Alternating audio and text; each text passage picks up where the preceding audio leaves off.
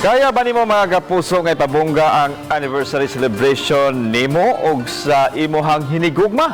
Mao kini ang nag-viral nga post karon ni Shaina Quisada og siyang hinigugma nga si Prince Gabriel.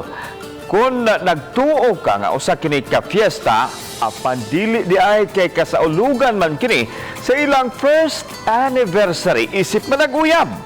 May beef steak, lumpia, biko, fried chicken, bami, lechon ug uban pang ilang pakumbira. Matod pa nga ila kining gitiguman ug gani miabot sa 10,000 pesos ang ilang nagasto. Nagkaani kini og nagkalain-laing reaksyon og komento sa social media. Ginugang sa nag-uyab nga kumbira na lang usab kini sa ilang mga higala. Suportado sila mga ginikanan ang ilang selebrasyon og relasyon. Gusto man good pud na mag-enjoy ang tanan, kanang di lang kung kami mag-enjoy, kanang mag-enjoy pud ang barkada, mag-enjoy pud ang mga parents kana